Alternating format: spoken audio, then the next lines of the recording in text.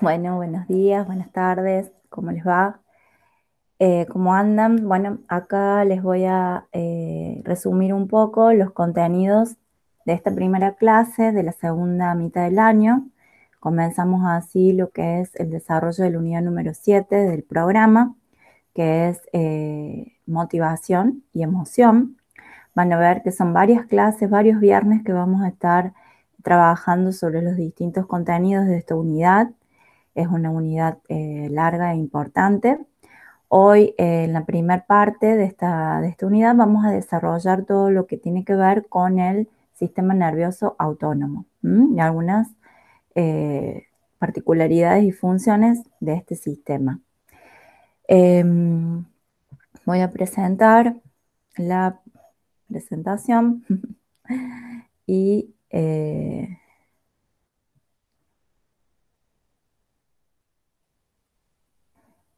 ta, ta, ta.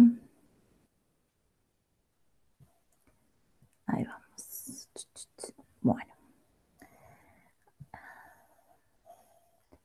ahí se va a ir cargando. Bueno, como les decía, entonces, comenzamos así la unidad número 7, emoción y motivación, y hoy vamos a ver una primera parte donde nos vamos a detener en lo que es el sistema nervioso autónomo. Voy a hacer un repaso muy general, son contenidos que están en un capítulo de Purves y en un capítulo de Cardinali, que están en el compendio que subimos a principio de la semana y que también están detallados al final de la presentación cuáles son los capítulos. El sistema nervioso autónomo también puede ser denominado sistema motor visceral porque es el sistema implicado en el movimiento de las vísceras o en el control de la función de las vísceras. En general, este sistema controla funciones que generalmente se desarrollan de manera involuntaria y muchas veces también inconsciente. ¿Qué quiere decir? Que uno no tiene conciencia ni dominio sobre cambios, por ejemplo, en el diámetro pupilar, en el control, en el diámetro de los vasos sanguíneos para controlar la presión sanguínea arterial. Entonces, estas funciones se denominan así como involuntarias y generalmente inconscientes. ¿Por qué digo generalmente? Porque, por ejemplo, la micción es una función involuntaria, pero que en el momento de desarrollarse se genera una señal que alcanza la conciencia.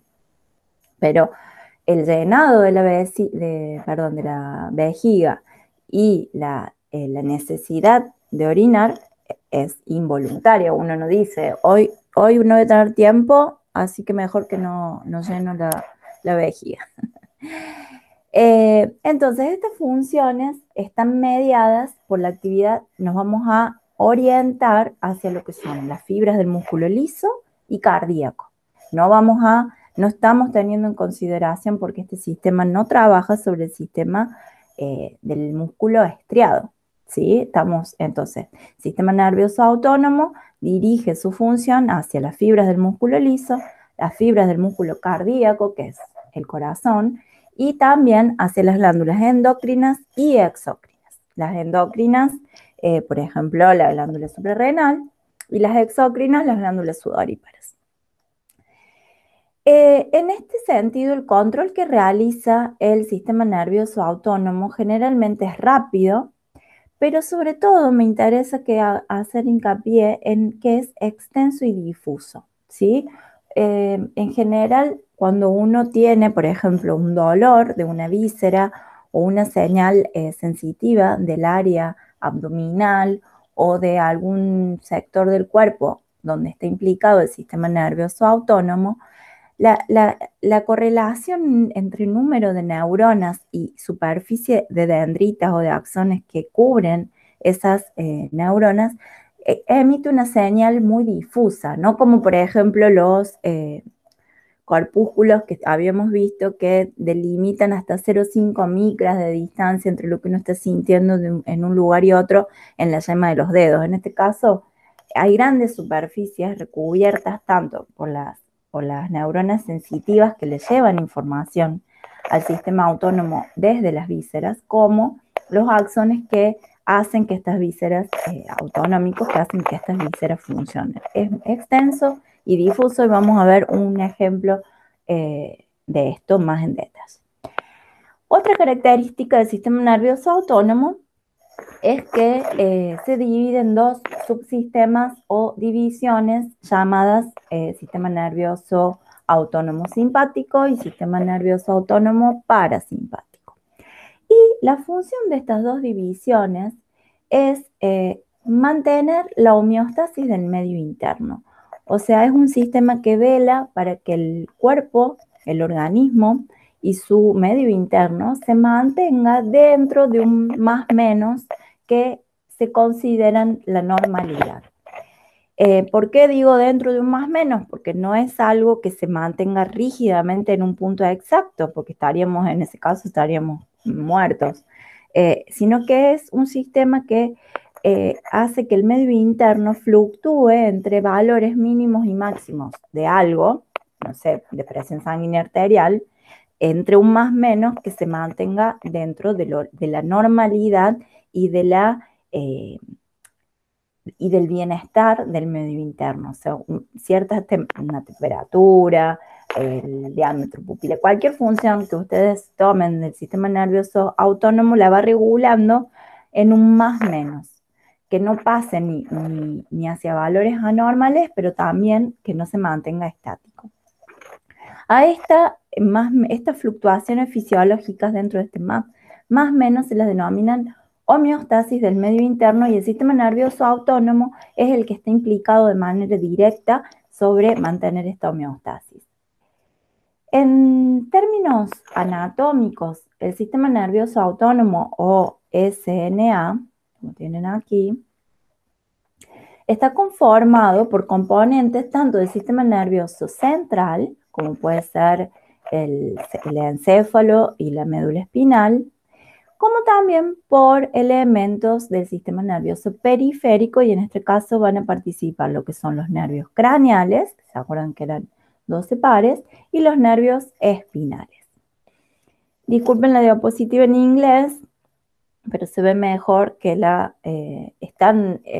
este dibujito, este gráfico es del Purves y está en español en el compendio, pero lo que quiero que vean es dónde estamos citados cuando hacemos un mapeo general de todo el sistema nervioso. Entonces tenemos componentes sensoriales que le llevan la información del medio interno y externo al individuo.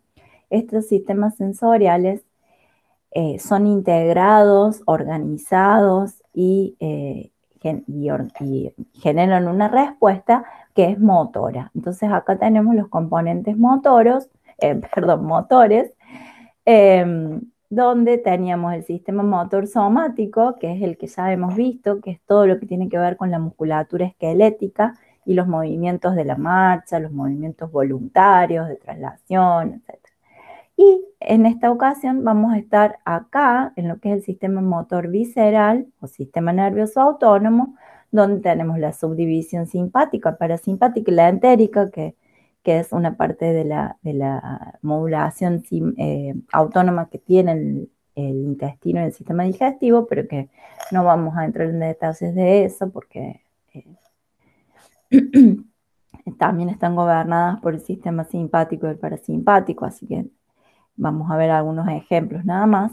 Y los ganglios autonómicos y sus nervios, que en vez de llevar la información al sistema, a la musculatura esquelética, como dijimos que es el sistema motor somático, vamos a estar acá en que sus efectores son lo que les decía anteriormente, el músculo liso, el músculo cardíaco y las glándulas.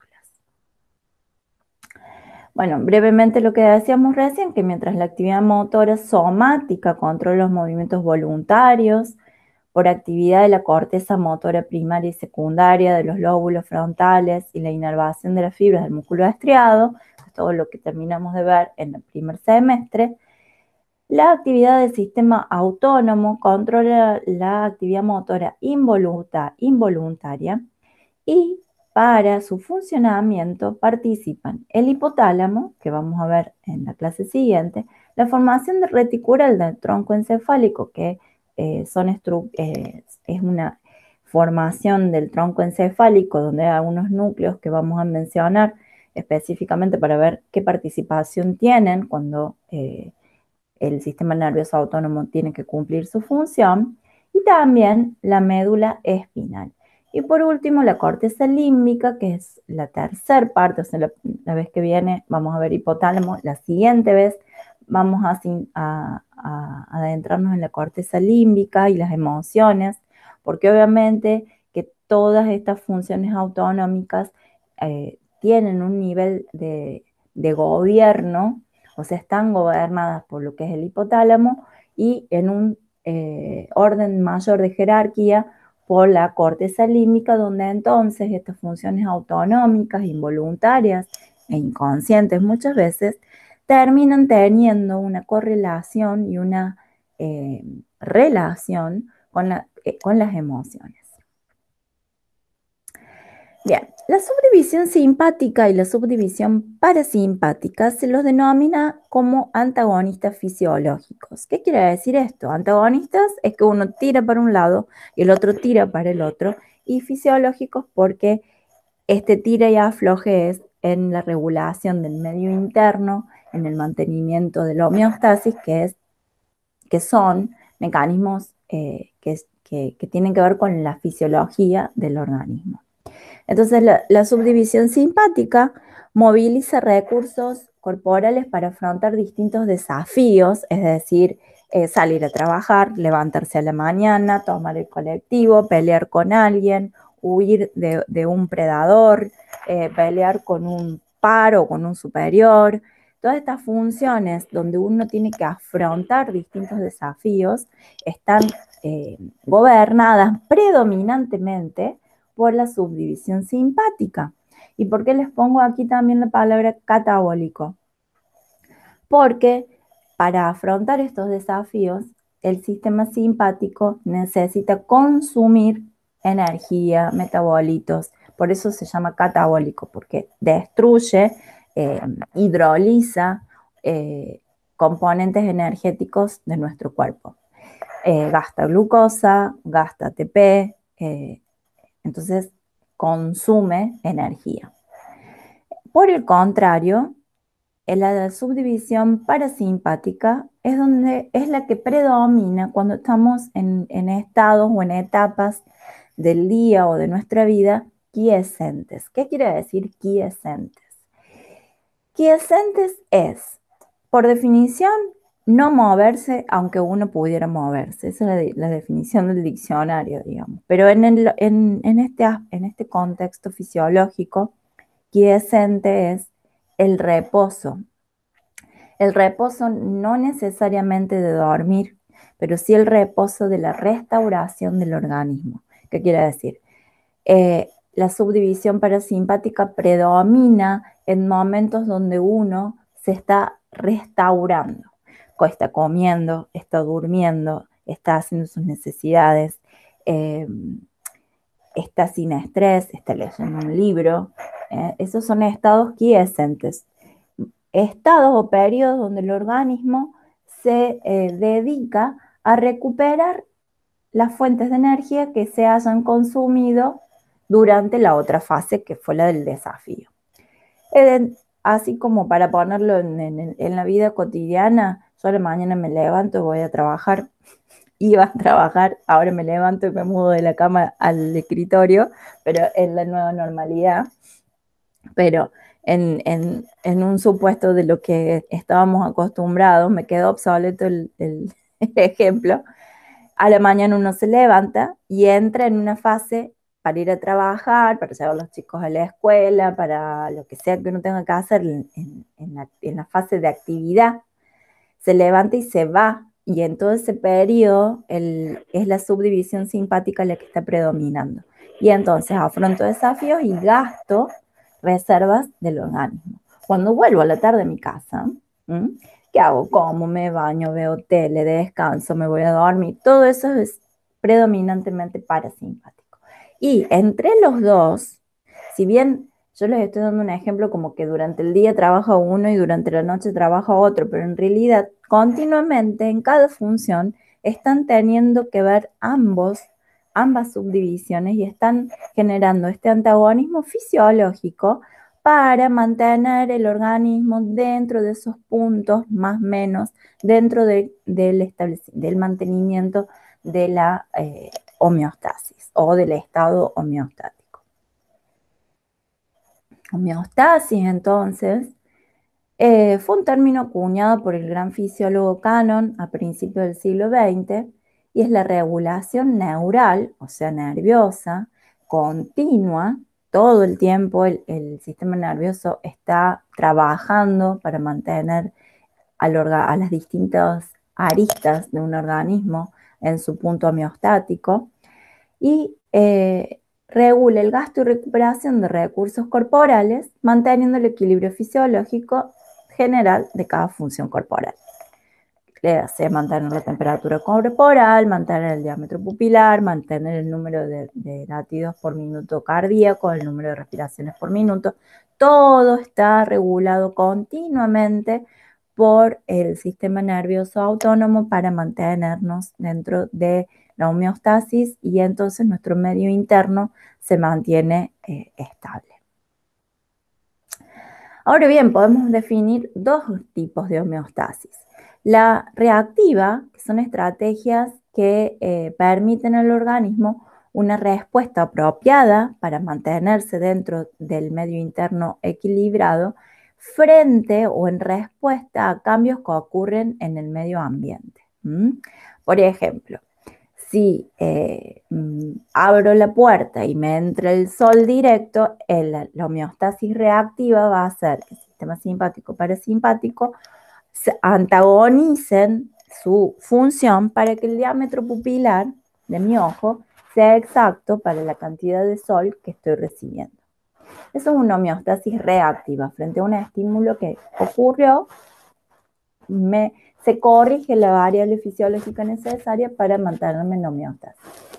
Pero a lo largo de la evolución han aparecido ciertas funciones fisiológicas que hablan de la homeostasis predictiva. Por ejemplo, uno de los casos más conocidos y más estudiados es que como vivimos en un mundo, en un planeta donde el ciclo de luz-oscuridad nos determina cierta cantidad de horas del sol y cierta cantidad de horas de oscuridad, y que medianamente hay una relación, una continuidad entre el horario en el que sale el sol y el horario en el que se pone el sol, entonces el organismo se ha adaptado y predice ciertas actividades fisiológicas que el organismo va a tener que gatillar por estímulos que vienen periódicamente y predeciblemente al organismo. Por ejemplo, la salida del sol o el atardecer.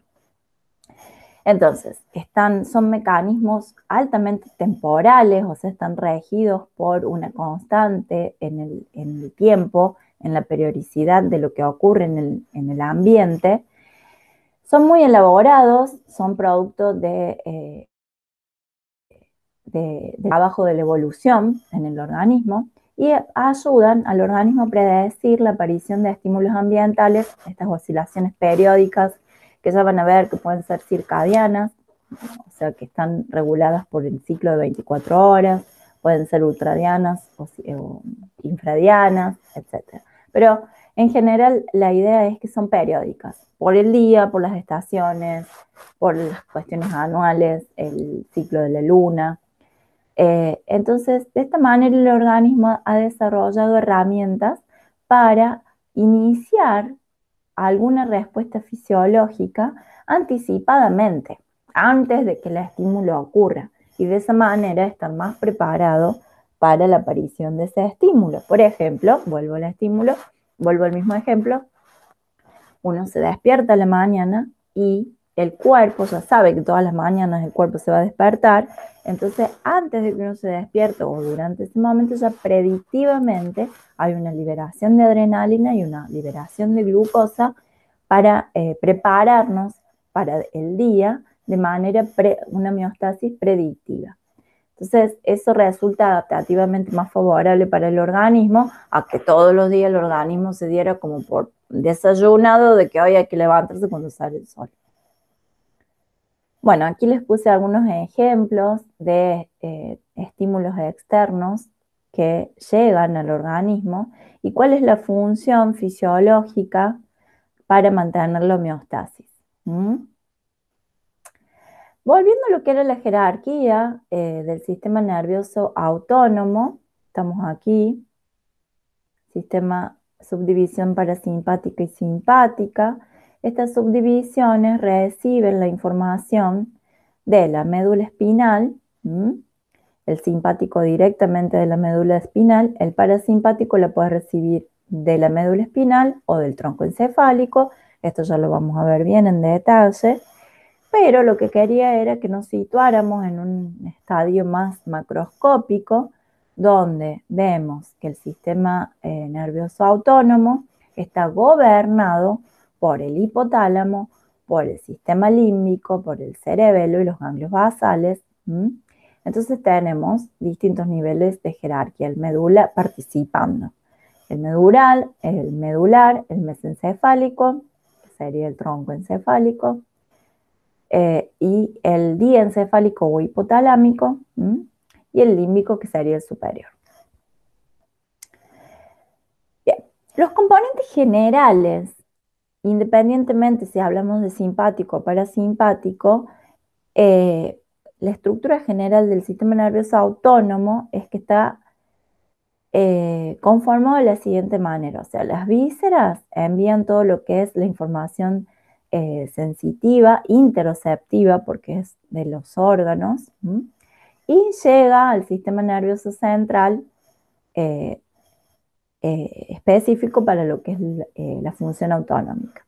Entonces, el motor autónomo o motor visceral está conformado por una neurona preganglionar que tiene su soma en el sistema nervioso central, envía sus axones hacia un ganglio autonómico, que ya vamos a ver dónde están los ganglios autonómicos simpáticos y parasimpáticos, y en el ganglio autonómico ocurre una sinapsis entre la neurona preganglionar y la neurona postganglionar. Y a partir de allí, del ganglio autonómico, donde está el soma de la neurona postganglionar, esto es importante porque el soma de la neurona postganglionar no está en el sistema nervioso central, está en el sistema nervioso periférico. Entonces, este soma de la neurona postganglionar emite sus eferencias o sus axones hacia el órgano blanco o diana que corresponda a esa parte del sistema nervioso autónomo. Entonces, vamos a hablar de lo que es la neurona preganglionar, el ganglio y la neurona postganglionar. En relación a esto es la generalidad, vamos a ver cuáles son las particularidades que hay de esta estructura general en el simpático y en el parasimpático. Vamos a empezar por la división simpática. ¿Por qué llamo organización de la eferencia? Porque voy a hablar ahora, vamos a describir cómo sale la información motora del autónomo. Y después vamos a ver cómo llega la información sensitiva o aferencia al sistema nervioso autónomo. Entonces, como que empezamos por el final, porque en realidad este sistema es un sistema motor, es un sistema eferente, es un sistema que no colecta información, sino que hace respuestas, genera respuestas. Entonces vamos a ver la organización de la eferencia en la división simpática. Tenemos nuestra neurona preganglionar. Las características de estas neuronas preganglionares de la división simpática son que los somas, que están ahí como puntitos azules, se encuentran en los segmentos de la médula espinal torácicos hasta los lumbares. Los torácicos, el último cervical y los torácicos, y los superiores lumbares. Otra característica de la neurona preganglionar del sistema de la división simpática es que esa neurona preganglionar que tiene su soma en la médula espinal es corta y hace sinapsis con la neurona postganglionar en los ganglios simpáticos que están formando una cadena paralela a la médula espinal. ¿Mm? Entonces, ese axón de la neurona preganglionar es muy corto, es cortito, porque ahí nomás llega al ganglio a donde va a hacer sinapsis con la neurona postganglionar. Entonces es un axón corto y además es un axón mielinizado, o sea que esas fibras que se ven desde lo que sale de la médula hasta que llega al ganglio son fibras blancas. ¿De dónde sale? ¿Dónde están los somas de la neurona preganglionar? Bueno, ustedes ya conocen el asta dorsal y el asta ventral de la médula espinal. Estaban involucrados en la somatopercepción y en la motricidad voluntaria. Ahora vamos a conocer la función de la columna intermedio lateral de la médula espinal, porque allí es donde están los somas de las neuronas preganglionares. O sea que es un área de la médula espinal que conforma la famosa H de sustancia gris. Bien, entonces tenemos los somas de las neuronas preganglionares en la médula espinal, en el asta intermedio lateral de la médula espinal, y esos somas emiten su axón, que es corto y que llega al ganglio simpático, que estos ganglios simpáticos forman una cadena ganglionar paravertebral, porque corre paralela a la médula espinal y muy cercana. ¿Mm?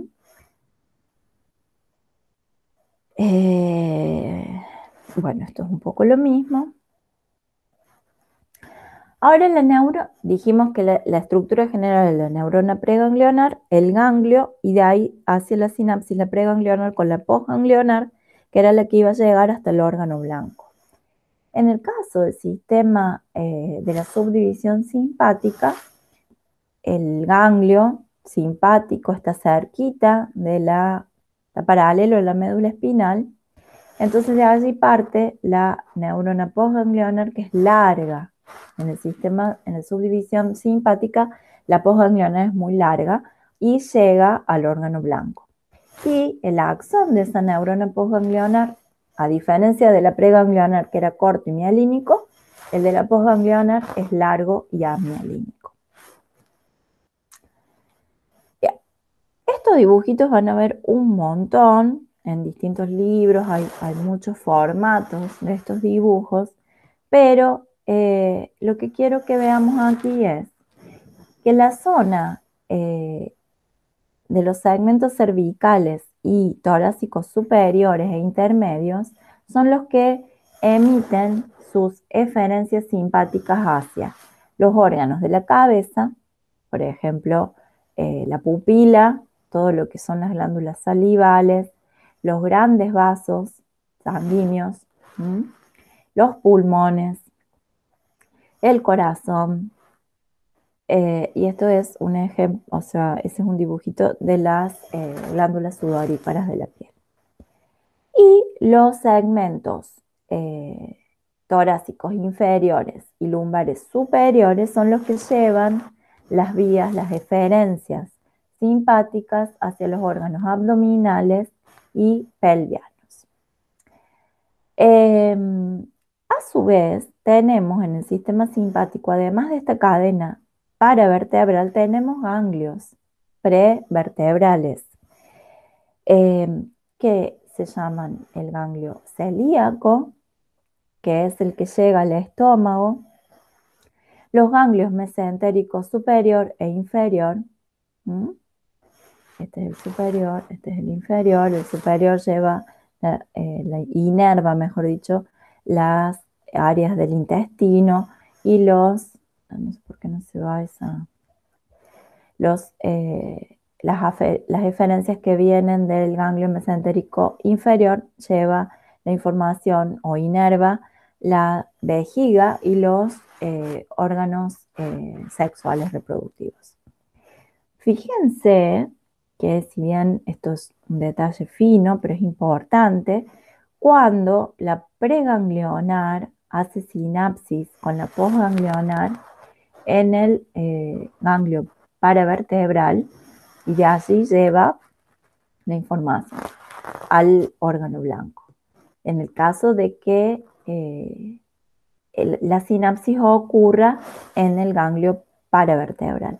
Sin embargo, en estos casos son excepciones porque el axón de la neurona pregangliona recién hace sinapsis en estos ganglios que dijimos, celíaco, mesentérico superior y mesentérico inferior. Y de allí sale la neurona postgangliona. No hace sinapsis ahí, ¿sí? Hace sinapsis directamente ahí. Bueno, la división simpática, entonces, bueno, acá es lo que les decía. Las eferencias, o sea, las vías de salida de la división simpática, que salen de los segmentos cervicales inferiores, torácicos superiores e intermedios, hacen la sinapsis en el ganglio paravertebral y de allí parte la neurona postganglionar hacia el órgano blanco. Sin embargo, las eferencias de los segmentos torácicos inferiores, torácicos inferiores y lumbares superiores, hacen la sinapsis en el ganglio prevertebral y de allí parte la postgangliona. Estos son los nombres de los ganglios prevertebrales: celíaco, mesentérico superior y mesentérico inferior. Y aquí tienen, bueno, en inglés, pero las funciones principales, así más fundamentales que tenemos que recordar del sistema simpático, que es la dilatación pupilar, la inhibición de la salivación, el agrandamiento de los bronquios, la aceleración del ritmo cardíaco, la inhibición del peristaltismo y la secreción de las glándulas del aparato digestivo, la estimulación de la producción y liberación de glucosa, la secreción de adrenalina y noradrenalina, la inhibición de la contracción de la vejiga y la estimulación del orgasmo. Bueno, y también la piloerección, que acá no está mencionada, pero está representada. Y si bien no es la idea que ustedes memoricen las funciones una por una que tiene el sistema simpático y parasimpático, ni qué órgano inerva tal segmento de la médula, no. La idea es que sean capaces de recordar la idea general. El sistema simpático nos prepara para la lucha, para la huida, para defendernos de los agresores, para meterle pecho a la vida, digamos. Entonces, todas estas funciones fácilmente son deducibles, porque si yo estoy buscando correr, huir, pelear, vivir la vida en su modo, digamos, de salir al mundo, tengo que dilatar las pupilas para que los ojos perciban más, tengan una visión más eficiente entre más luz. Inhibir la salivación, que ya es el famoso que me pongo nervioso y se me seca la boca. Eso es una función meramente simpática. El agrandamiento de los bronquios para que tengan mayor caudal de respiración y mayor oxigenación de la sangre. Un aumento en la aceleración del ritmo cardíaco también. Inhibición del peristaltismo y la secreción, porque las funciones gastrointestinales, como también la función esta de la micción, son funciones que están asociadas más a la restauración del organismo, por lo tanto están gobernadas por el parasimpático. Entonces el simpático las inhibe, el parasimpático las fomenta, las activa. Entonces, si yo tengo que salir corriendo, o pierdo el bondi, o pierdo el avión, y justo me dan ganas de ir al baño, no es adaptativamente positivo. Entonces, el sistema simpático inhibe estas funciones que son más asociadas a lo que es la restauración del organismo y la recuperación de energías. La secreción de adrenalina y noradrenalina, ya la vamos a ver al último de la clase, es una función bien simpática, porque la glándula suprarrenal está inervada, la parte de la corteza y de la médula, bueno, hoy vamos a hablar de la médula, por el sistema simpático. No hay inervación parasimpática de la glándula suprarrenal, porque justamente el sistema simpático está asociado a lo que es la respuesta de la huida, por lo tanto las respuestas asociadas al estrés, y la glándula suprarrenal libera adrenalina, que es la hormona del estrés. Y por último, la estimulación del orgasmo, que si bien por ahí ustedes podrían llegar a asociarla más con el parasimpático, es una función que gasta energía, entonces es simpática. Bueno, esta la voy a sacar porque es mucho lío. Es otra versión, otra imagen para lo mismo. Acá tenemos esta imagen que resume un poquito lo que estábamos diciendo de que la primer sinapsis, con la sinapsis entre la preganglionar y la postganglionar puede ocurrir en el ganglio parasimpático. Y también esta imagen nos va a venir bien para ver dónde están los axones mielinizados y amielinizados. Esto es el circuito de lo que se llama el reflejo autonómico simpático. Tenemos el soma de la neurona preganglionar en el asta intermedio lateral de la sustancia gris de la médula. Sale esta eferencia de la neurona, el axón de la neurona preganglionar, que dijimos que era mielinizado. Por lo tanto, esto va a formar parte de lo que se llama rama blanca, porque son axones mielinizados que se ven blancos. Esta neurona fíjense que acá tienen la referencia de la figura, la neurona preganglionar es raya entera y la postganglionar es raya punteada. Entonces la preganglionar, que está entera, hace sinapsis con la postganglionar en el ganglio paravertebral. Y de aquí sale la neurona postganglionar que dijimos, esto se repite acá y se repite acá, este es otro ganglio paravertebral, fíjense cómo están acomodaditos uno debajo del otro. Entonces este axón hace sinapsis aquí, pero también hace sinapsis aquí, y salen las postganglionares, que son amielínicas en el caso del sistema simpático, por eso a esto se le llama rama gris, a diferencia de la rama blanca. O sea que la rama blanca es lo que me está evidenciando las preganglionares, y las ramas grises me están evidenciando las postganglionares.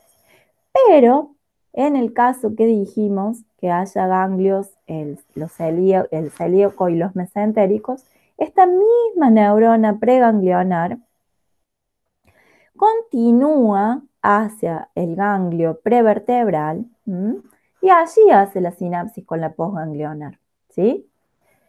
Entonces, son los dos casos que pueden ocurrir, a donde pueden ocurrir la sinapsis entre la preganglionar y la postganglionar en el caso de la subdivisión simpática. División parasimpática. Bien, como dijimos, la simpática era el cervical inferior, todo el torácico y el lumbar superior e intermedio. Fíjense qué diferencia con las eferencias que salen del sistema parasimpático. La eferencia es cráneo-sacra. ¿Ven? Acá arriba, que es bulbo raquídeo, y los últimos segmentos de la médula, que son las regiones sacras. Por eso se llama cráneo-sacra. Y toda la del medio, de todos estos segmentos intermedios que dijimos antes, salen las eferencias simpáticas. Vamos a ver, entonces, la división parasimpática vamos a analizar de dónde salen las neuronas preganglionares de las áreas craneales, las que salen del bulbo raquídeo. Y acá tenemos tres estructuras diferentes, a tres alturas diferentes. Las que están a la altura del mesencéfalo, que es el núcleo Edinger-Westphal, que inerva la pupila. Tenemos a una altura del bulbo raquídeo superior, de donde está los núcleos salivares superiores. Y por último, un nivel más inferior a la altura del bulbo raquídeo inferior, de donde sale el núcleo ambiguo, que está acá en violeta, y el núcleo dorsal del motor del vago. Entonces son 4 lugares, 4 núcleos del tronco encefálico, del mesencéfalo y del tronco encefálico, desde donde salen o donde están los somas de las neuronas preganglionares correspondientes a la división parasimpática. El núcleo Edinger-Westphal, que está a la altura del mesencéfalo, los núcleos salivares, que están a la altura del bulbo raquídeo superior, y el núcleo ambiguo y el núcleo dorsal del vago, que están a la altura del bulbo raquídeo inferior.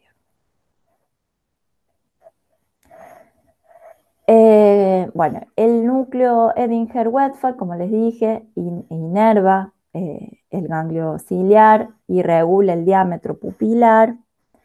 Los núcleos salivares superiores e inferiores, que inervan las glándulas salivales y las glándulas lagrimales.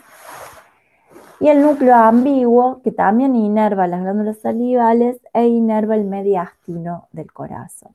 Por último, el nervio motor dorsal del nervio vago, que es la porción donde la porción más dorsal controla la secreción glandular, y la porción más ventral controla la respuesta cardíaca, pulmonar e intestinal.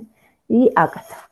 Esta es la diapositiva que estaba buscando, porque del núcleo Edinger-Westphal sale el par craneal número 3, que es el que inerva al ojo. Después de los núcleos salivares superiores e inferiores sale el par craneal número 7, que inervan las glándulas salivales y las glándulas lacrimales o lagrimales. Y el núcleo dorsal del vago, que es el que me interesa que retengamos, todas las eferencias salen por el par craneal número 10, que es el también llamado nervio vago. Y fíjense todo lo que inerva: la laringe, la tráquea, el pulmón, el corazón, el tracto gastrointestinal, otros órganos abdominales y el intestino grueso. Por eso se llama nervio vago, porque no vago porque no hace nada, al contrario, hace un montón de cosas. Es un nervio que es el número 10 o vago, que es mixto porque tiene muchísimas aferencias sensoriales y eferencias motoras. En este caso estamos haciendo referencia a las eferencias motoras, pero también recolecta mucha información somato-interoceptiva de las vísceras, y se llama vago porque vaga y divaga y va y viene por un montón de lugares de las vísceras abdominales y de todo lo que tiene que ver con la fonación y la respiración. Bien.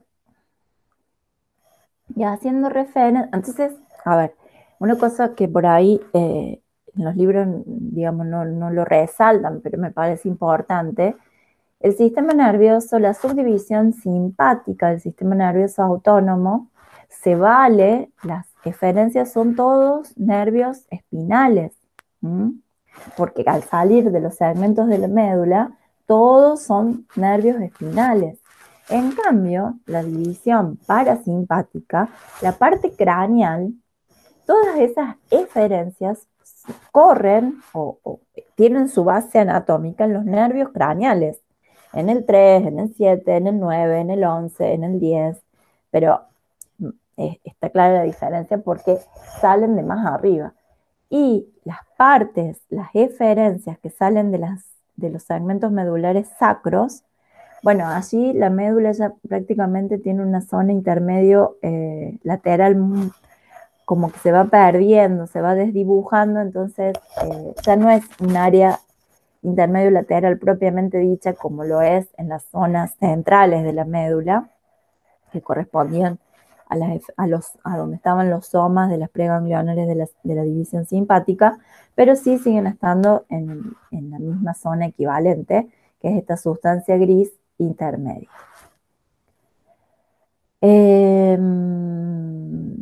Bueno, ahora ya dijimos todas las inervaciones parasimpáticas y a través de qué nervios llegaban, pero ahora vamos a mencionar las inervaciones parasimpáticas de las zonas de los segmentos medulares sacros. Y los segmentos medulares sacros de parasimpático inervan el colon, el recto, la vejiga y los órganos reproductores. Fíjense que ya se empiezan a dar cuenta que hay órganos, la mayoría, que tienen inervación parasimpática y simpática. ¿Para qué? Para que entre los dos hagan ese antagonismo fisiológico y finalmente entre los dos mantengan la homeostasis de esa función fisiológica en particular. Ahora bien, todo esto era la neurona preganglionar parasimpática, que tenía los somas o en el mesencéfalo o en el bulbo raquídeo o en las secciones medulares sacras. Pero, a diferencia de lo que era la estructura simpática, la neurona preganglionar parasimpática es muy larga porque recién va a ocurrir la sinapsis en ganglios parasimpáticos, pero que están muy cercanos al órgano diana. ¿Se acuerdan que en el simpático el ganglio estaba cerca de la médula? Entonces la cortita era la preganglionar. Ahora la preganglionar en el parasimpático es muy larga hasta que logra encontrar el ganglio y allí ocurre la sinapsis con la postganglionar, que por lo tanto es muy cortita y ya llega al órgano diana o blanco. Resumiendo esta información y hasta haciendo una comparación con lo que era el sistema motor voluntario, donde tenemos el soma de la motoneurona en el sistema nervioso central, que es larga y que alcanza directamente a la fibra muscular que le toca inervar. En el caso del sistema nervioso autónomo, los somas de las dos subdivisiones, las preganglionares tienen los somas en el sistema nervioso central, pero la preganglionar simpática es corta, hace sinapsis con la postganglionar en el ganglio paravertebral o prevertebral, y de allí sale la postganglionar, que es larga, hasta la estructura blanco o diana. Y en el parasimpático, la neurona preganglionar tiene el soma en el sistema nervioso central también, pero es larga y hace sinapsis en el ganglio parasimpático que está cerca del órgano blanco, y entonces la postganglionar es corta. ¿Qué neurotransmisores están participando en esa sinapsis entre la preganglionar y la postganglionar y entre la postganglionar y el órgano blanco? Bien. La primera sinapsis entre la neurona preganglionar y postganglionar siempre es una sinapsis colinérgica, o sea que siempre el neurotransmisor que se libera es acetilcolina, y siempre la neurona postganglionar va a tener receptores del tipo nicotínico para recibir a ese neurotransmisor. Bien, entonces la unión, la sinapsis preganglionar postganglionar es colinérgica con receptores nicotínicos. Lo que cambia y tiene sus variaciones es la sinapsis entre la neurona postganglionar y el órgano blanco. En este caso tenemos el sistema simpático en general. La mayoría de estas sinapsis de la postganglionar con el órgano blanco en la subdivisión simpática, el neurotransmisor es noradrenalina y el receptor es adrenérgico. Acuérdense que la liberación de adrenalina es una función simpática, meramente simpática, y libera noradrenalina, porque justamente la postganglionar actúa ahí, se libera noradrenalina. Pero el sistema simpático tiene una excepción en lo que es su neurotransmisión de la postganglionar. ¿Cuál es la excepción? Cuando el sistema simpático inerva la glándula sudorípara, ¿sí? En el caso en el que el simpático es el órgano blanco que estamos teniendo en consideración es la glándula sudorípara, en vez de liberarse noradrenalina, se va a liberar acetilcolina. Pero el receptor es muscarínico, o sea que no es lo mismo acá que acá, porque acá era acetilcolina con nicotínico y acá es acetilcolina con muscarínico. Y fíjense que esta situación que en el simpático era la excepción, en el parasimpático es la generalidad, o sea, todas las neuronas postganglionares de la subdivisión parasimpática liberan acetilcolina en su órgano blanco y el órgano blanco la recepta a la acetilcolina con un receptor muscarínico. Esto es lo mismo, acá también, además de los neurotransmisores, tenemos ejemplificado el tema de que la preganglionar en el simpático es corta, la postganglionar es larga, y en el parasimpático esto es al revés. Acetilcolina, acetilcolina, acetilcolina, noradrenalina. Es un poco para repasar. Bien, hasta acá hemos llegado con cómo es la anatomía y la química de las maneras en las que el simpático y el parasimpático envían sus eferencias a los órganos blancos. ¿Por dónde? ¿Dónde están las neuronas preganglionares, postganglionares, los neurotransmisores? Bien. Pero el simpático y el parasimpático dijimos que son estructuras meramente motoras.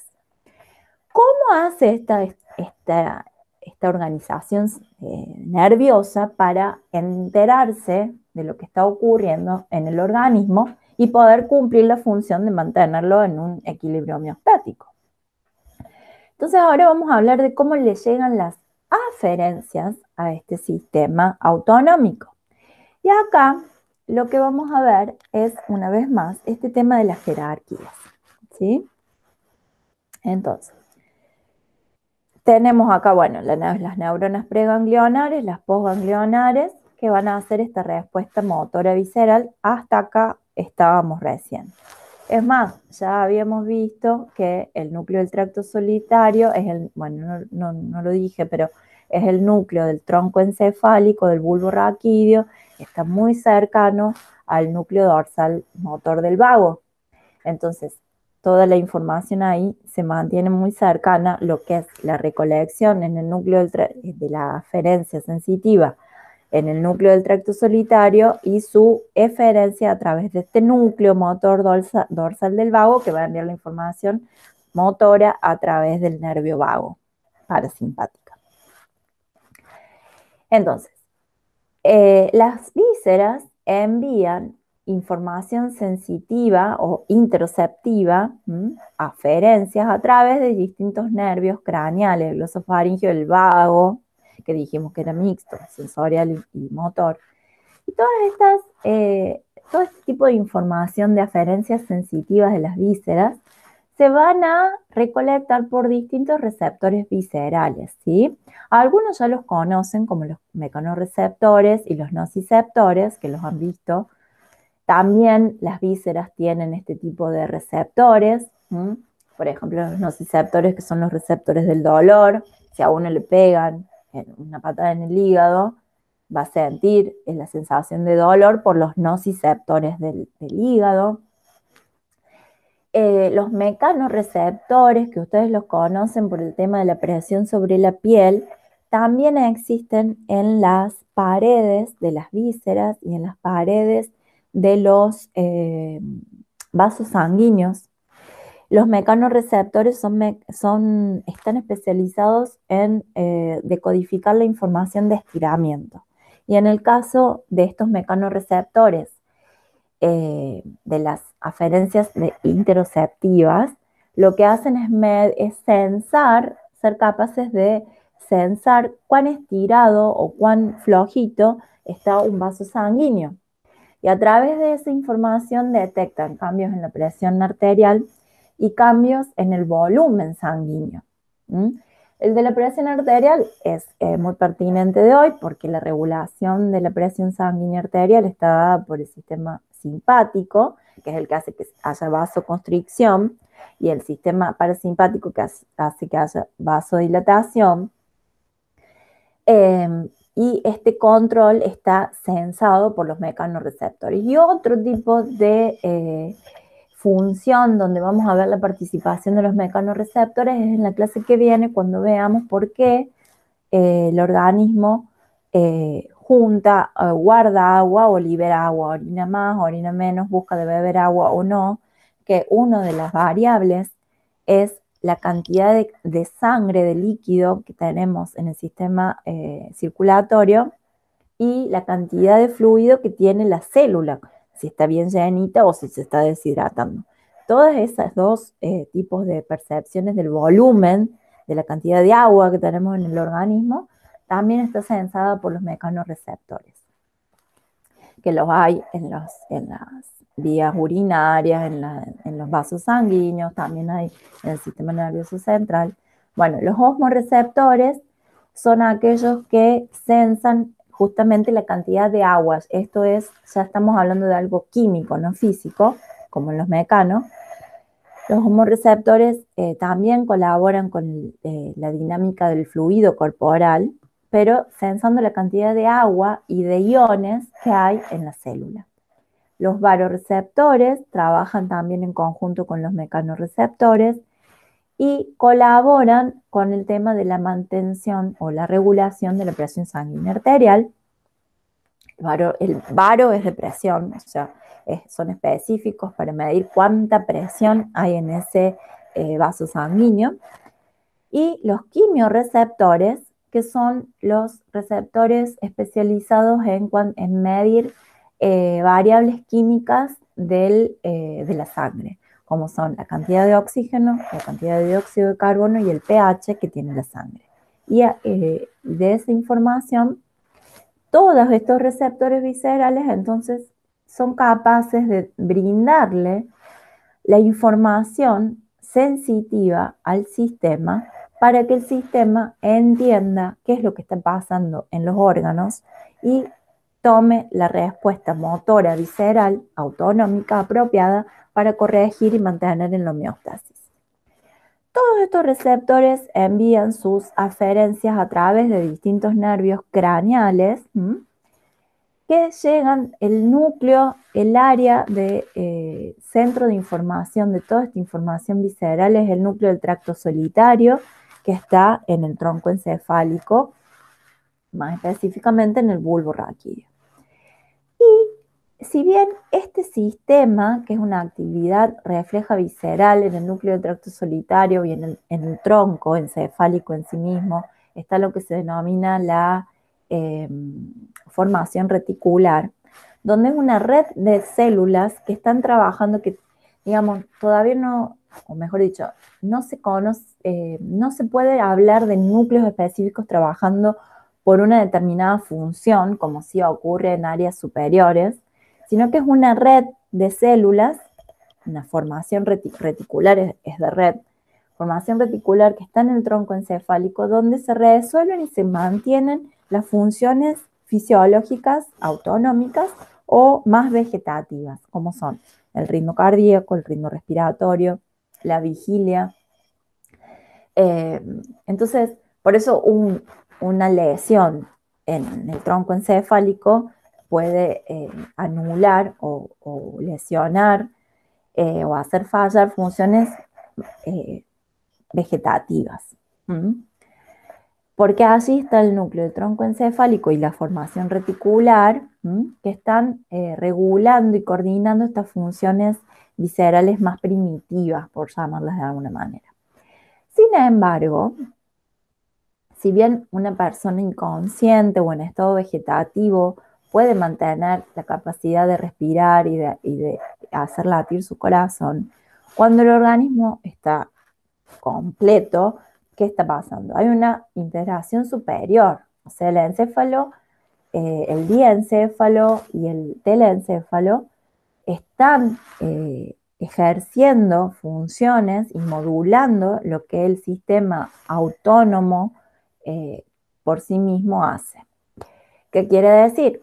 Que si bien la regulación de la presión sanguínea arterial es una función que se resuelve autónomamente teniendo en cuenta las estructuras que están dentro de esta subcaja de línea de puntos, o sea, con las aferencias de las vísceras, el núcleo de tracto solitario las neuronas preganglionares y la respuesta motora visceral, ese es un sistema que por sí solo, autónomamente, puede modular y mantener la presión sanguínea arterial. Sin embargo, si a uno está en un lugar y se asusta o siente, percibe una sensación de peligro, áreas superiores van a enviar información hacia estas áreas y van a hacer que esa presión sanguínea arterial se corrija y se adapte a esta nueva situación que está siendo reconocida por áreas superiores.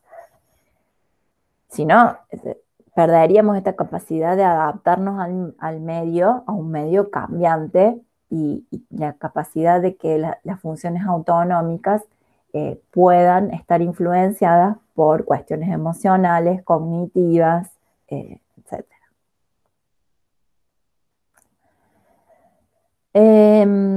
Bueno, lo que les decía del núcleo del tracto solitario, que bueno, obviamente es bulbo raquídeo, o sea, que es sistema nervioso central. Acá tienen en este dibujito, el núcleo del tracto solitario es un núcleo largo, muy largo, y la zona más dorsal o rostral, perdón, más rostral, no dorsal, está involucrada en todas las funciones gustativas. Sin embargo, la que a nosotros ahora nos está siendo de interés es el área más caudal, que de donde sale el nervio craneal 9 y 10, el glosofaringio y el vago, y también a donde llegan toda esta información aferente visceral a través de estos nervios al núcleo del tracto solitario, que es el que integra y el que comanda gran cantidad de las respuestas autonómicas.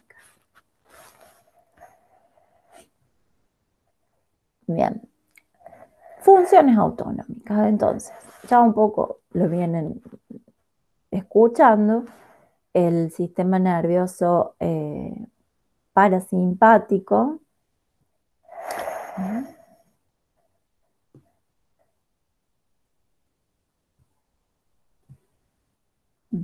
No quería ver si estaba grabando porque si no me iba a dar un infarto. Bien. Sistema nervioso simpático y parasimpático son estos antagonistas fisiológicos. Uno, el simpático, que predomina en lo que tienen que ver con las funciones que nos dan respuesta a la huida, a la defensa, a la actividad, y el parasimpático, que es el anabólico, donde el cuerpo se restaura. Entonces, si bien son antagonistas fisiológicos, hay una sinergia funcional, o sea, un tire y afloje en equilibrio para que las funciones se mantengan dentro de lo que es la homeostasis. Y entonces, en un caso, la lucha-huida está comandada por el simpático y el descansar, restaurar y digerir por el parasimpático. ¿Qué quiere decir lo de la sinergia funcional? Que si bien en cada función o en cada estado hay una predominancia de una subdivisión respecto de la otra, en general en casi todas las funciones que están comandadas por el sistema nervioso autónomo, hay una coparticipación. Por eso es sinergia funcional. Uno predomina y el otro se apaga, pero sí ambos están teniendo participación en el mantenimiento de esa función dentro de los límites homeostáticos. Por ejemplo, en lo que respecta al diámetro del el diámetro del iris, no, el diámetro de la pupila, perdón, el simpático la dilata, el parasimpático la achica. Y en ese tira y afloje uno tiene siempre corregido el diámetro pupilar. Bueno, lo mismo pasa con otras funciones, ¿sí? Ya dijimos que, por ejemplo, las contracciones estomacales, el simpático las disminuye, el parasimpático las aumenta, porque justamente el parasimpático está predominando en las funciones de restauración. Pero el órgano recibe las dos señales, la parasimpática y la simpática. Esta es una tabla que, si bien como les digo, no es necesario que ustedes reconozcan de memoria cuál es la función de cada subdivisión en cada órgano, si el simpático aumenta o disminuye, pero sí pueden leerlas y tenerlas como ejemplos de lo que la función de cada una de las dos subdivisiones significa. Si yo digo que el simpático es para la huida, y bueno, sí, no me va a hacer falta saberme de memoria que contrae las arterias eh, a ver acá, el músculo bronquial que relaja, dilata los bronquios, el simpático, para poder respirar más y poder tener mayor oxigenación. No me va a hacer falta saberlo de memoria, sino que voy a poder ser capaz de deducir cuál de las respuestas va a tener cada subdivisión, pensando en cuál es la función general de esa subdivisión. Lo que sí es importante destacar que hay estructuras, órganos en el cuerpo que están inervados solamente por la subdivisión simpática y que en este caso no hay antagonismo fisiológico porque no hay inervación parasimpática como contraparte. Entonces tenemos la función simpática se prende y genera la respuesta o se apaga y la respuesta no se genera. No es como en otros casos donde la respuesta no se genera porque el parasimpático está comandando. ¿Qué quiero decir? Supongamos que estamos hablando del diámetro de los bronquios. El simpático va a hacer que se agranden, el parasimpático va a hacer que se contraigan. ¿Sí? Ahí tenemos los antagonistas fisiológicos funcionando los dos sobre un mismo órgano. En el caso de estas estructuras, solo hay comando simpático. Y entonces, el simpático activa las glándulas sudoríparas y se produce el sudor, o no la activa y no se produce sudor. No es que el parasimpático se activa y no produce sudor, ¿se entiende? Eso porque son estructuras que están inervadas solo por la subdivisión simpática. Estas son las glándulas sudoríparas, la glándula suprarrenal, los músculos piloerectores de la piel y los vasos sanguíneos arteriales. Entonces, acá tienen cuál es la función, qué es lo que genera el simpático sobre estas estructuras y no hay contraparte parasimpática. Alostasis y homeostasis. Si bien la homeostasis, entonces dijimos que eran que era el resultado de las funciones autonómicas para mantener el equilibrio en el medio interno y que era homeo porque fluctúan dentro de un más menos, no se mantienen estáticas, y que estaba la predictiva y la reactiva. Sin embargo, hay otro concepto que es bastante diferente a la homeostasis, que es la alostasis. ¿Y por qué viene el caso? Porque la alostasis es lo que ocurre en el cuerpo frente, digamos, es el por qué existe la respuesta al estrés. La respuesta al estrés parecería que se aleja de la homeostasis y que violenta este principio fisiológico que parece que es tan importante, que es mantenerse dentro de un equilibrio. En el estrés, en una situación de estrés, el cuerpo se aleja de ese estado homeostático y se mantiene en una situación de alostasis porque es lo más evolutivamente o adaptativamente, mejor dicho, más eficiente para mantenerse con vida, ¿sí? Entonces hay distintos estímulos ambientales que pueden desencadenar una percepción de estrés y llevar al cuerpo a una situación de alostasis. Estresores ambientales, acontecimientos importantes de la vida, trauma, abuso, situaciones de violencia. Todos estos generan una sensación de estrés, para lo cual el sistema simpático y parasimpático trabajan en concordancia para llevar respuestas conductuales que generen una situación de adaptación a ese medio a través de lo que se llama la carga alostática, Pero bueno, básicamente es una situación donde nos alejamos de la homeostasis y entramos en una situación de alostasis, que es lo que el organismo considera más efectivo para mantenerse con vida. Y obviamente que del concepto de alostasis deviene lo que es la respuesta autonómica a esta sensación o situación de estrés. Estrés se denomina o se define un síndrome general porque todo el organismo se ve trabajando hacia eso, hacia resolver o todas las funciones del cuerpo están enteradas de que están en una situación de estrés, no es solamente simpático o parasimpático. Y es un síndrome general, se llama síndrome general de adaptación porque es un conjunto de respuestas que mejoran la adaptación, nos hacen más adaptados a esa situación en la que estamos viviendo o en ese contexto. Hay una predominancia de actividad simpática y hay una inhibición de la parasimpática en simultáneo, como un fiel ejemplo de este antagonismo fisiológico.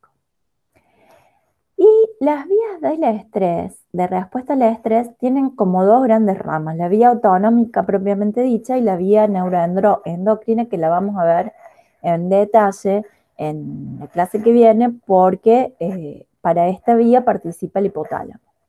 Hoy vamos a simplemente mencionar la vía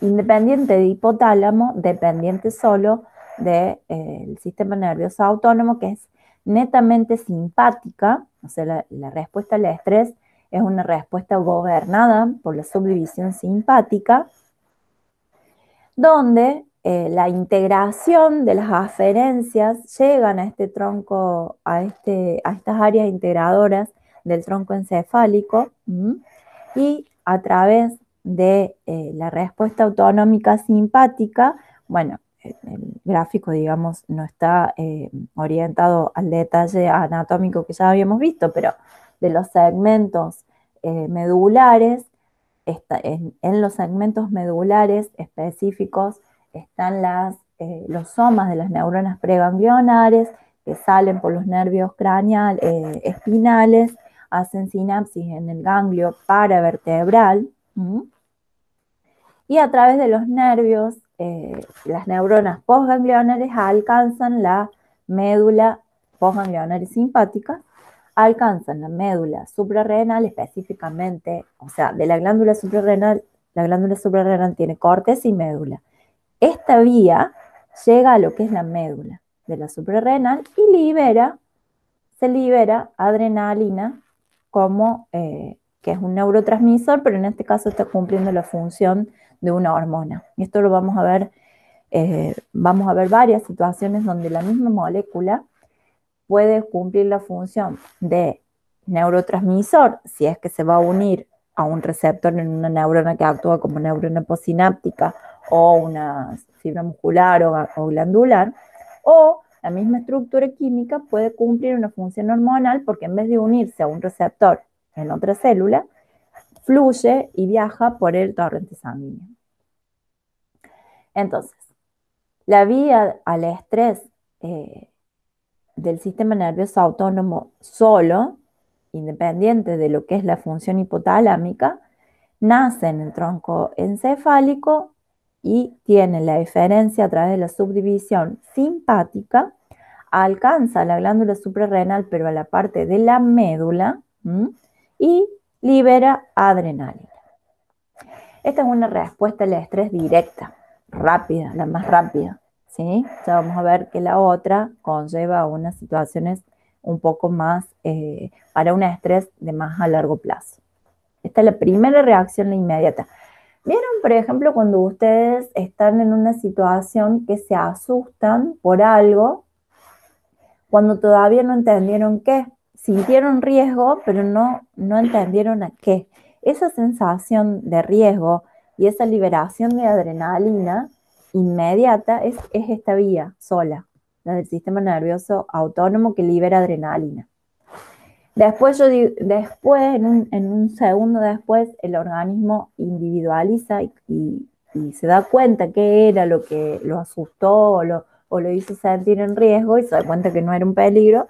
Entonces ahí se corta la respuesta, pero la respuesta al estrés rápida y directa, dependiente del simpático, ya actúa, inconsciente e involuntaria. Fíjense que si bien acá hay una contraparte que ya la vamos a ver la clase que viene, lo que es el estrés, la vía del estrés dependiente de hipotálamo, pero ahora estamos acá, en el estrés dominado por la vía autonómica simpática, donde hay liberación de adrenalina y noradrenalina, que ustedes ya saben que son catecolaminas, y que es cuando la vía simpática inerva la médula. Y bueno, acá tenemos cómo el estrés, un ejemplo, afecta el sistema inmunológico. ¿Vieron lo famoso que estás estresado y te bajan las defensas? Bueno, porque hay un gobierno nervioso sobre el sistema inmunológico. Y esto como para ir cerrando, que tenemos acá las neuronas. De este lado tenemos la vía motora, autonómica motora, con la neurona preganglionar, postganglionar que llegan a los órganos, pero que todo esto está gobernado por las neuronas del tronco encefálico, como dijimos, el núcleo del tracto solitario, que recibe la información, la integra y tiene una autonomía de respuesta, pero también inerva áreas superiores que también pueden gobernar sobre el sistema autónomo. Un nivel de jerarquía superior es el hipotálamo, que es en donde nos vamos a centrar en la próxima clase, y todavía hay jerarquías superiores, como dijimos al inicio de la clase, que es la amígdala y áreas corticales, donde empiezan a entrar en juego componentes emocionales de los estímulos recibidos, ¿sí? Por ejemplo, la historia, las cuestiones de aprendizaje, supongamos que uno tiene una situación traumática, entonces los componentes que definen ese contexto traumático le hacen una carga emocional que puede exacerbar o puede gatillar respuestas autonómicas que en otras condiciones o en otro individuo no se dispararían, ¿sí? Ya eso lo vamos a ir viendo a medida que avancemos en las clases, pero es importante que las tengan en cuenta para que no se queden con esta imagen de que si bien el sistema nervioso es autónomo, porque puede resolver las conductas necesarias para mantener la homeostasis independientemente de lo que digan las estructuras superiores, puede hacerlo, pero no lo hace. Está gobernado por estructuras de mayor jerarquía que le van ampliando la información de ese contexto, le agregan datos a ese contexto y hacen que entonces esas respuestas autonómicas sean más eficientes y más adaptadas al contexto real. Bueno, entonces el sistema nervioso autónomo tiene una base organizacional jerárquica de complejidad ascendente. A medida que vamos subiendo es mayor la complejidad de información que le van enviando. Gracias al hipotálamo, estos programas autonómicos adquieren naturaleza homeostática, ¿sí? Y gracias al sistema límbico, esta reacción homeostática adquiere tonalidad emocional y vínculo social. A ver, por ejemplo, la micción. La micción es una función netamente autonómica. Dijimos que el simpático contraía la vejiga, el parasimpático la relajaba, por ejemplo. Entonces, en ciertas situaciones voy a tener conciencia de necesidad de ir a orinar. Sin embargo, esa función autonómica está coordinada por el hipotálamo, que es el que va a llevar adelante la cantidad de filtrado de la sangre, la cantidad de volumen urinario producido. Ya lo vamos a ver casi. Entonces, si bien el llenado de la vejiga y el acto de orinar es una función autonómica, ya el hipotálamo me está agregando información a esta función autonómica para saber cuánto volumen urinario voy a estar produciendo en ciertas circunstancias. Si estoy en un lugar a donde no puedo tomar agua, o soy de poco tomar agua, voy a tener menor producción de orina. Entonces, este es el componente de la naturaleza homeostática que le da a esta función autonómica que estoy dando de ejemplo, el hipotálamo. ¿Sí? Hasta ahí, como que todo normal. Sin embargo, fíjense que cuando uno tiene un perro, llega a su casa y el perro, de emoción de vernos, se hace pis. Ahí que tienen un claro ejemplo de jerarquía ascendente, o sea, es el sistema límbico, son las emociones las que están gobernando al hipotálamo y gobernando el sistema nervioso autónomo para que ocurra una acción, una respuesta autonómica refleja que es orinar frente a un gatillado de una emoción. ¿Sí? Ahí nos saltamos la naturaleza homeostática y fuimos por encima de la autonomía de la micción para gobernar emocionalmente una respuesta autónoma. ¿Sí? Bueno, el vínculo, eso sería un ejemplo de tonalidad emocional. El vínculo social sería, ¿cuál? Estoy haciendo pis, puedo hacer pis, porque estoy en un lugar público. Entonces, también es un componente dado por el sistema límbico de alta jerarquía sobre una función autonómica. Y por último, entonces, la bibliografía de referencia para esta clase es el capítulo 13 del Cardinal y el capítulo 21 del Purves. Y nos vemos con las preguntas en el aula virtual en los horarios de consulta. Espero que les haya sido leve y útil. Les mando un abrazo. Nos vemos la próxima.